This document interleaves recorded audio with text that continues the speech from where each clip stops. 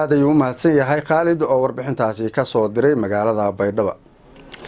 Dowladda Sacuudiga Arabiya iyo Qadar ayaa waxa ay gaarayaan heshiis hor u dhac ah oo lagu xalinayo khilaaf soo jiitamay dhowr sano oo la soo dhaafay oo ka dhaxeeyay labada dowladood. Dowladaha dalalka Qadar iyo Sacuudiga Arabiya ayaa waxa ay ku dhow yihiin in ay gaaraan heshiis hor u dhac si loo dhameeyo muranka ka jira dalalka dariska ee gacanka oo soo jiitamay muddo ka badan 3 sano sida ay baahisay warbaahinta dunida qaarkeed. heshiiska la rajeynayo ayaa yimid kadib markii la taliyaha madaxweynaha Mareykanka uu la kulmay dhaxal sugaha boqortooyada Sacuudiga Arabiya iyo sidoo kale amiirka dalka Qadar. Tallaabadan ayaa lagu macneeyay isku daygii ugu dambeeyay ee maamulka Trump uu qaadayo inta uusan ka degin kursiga bisha Janaayo ee soo aadan.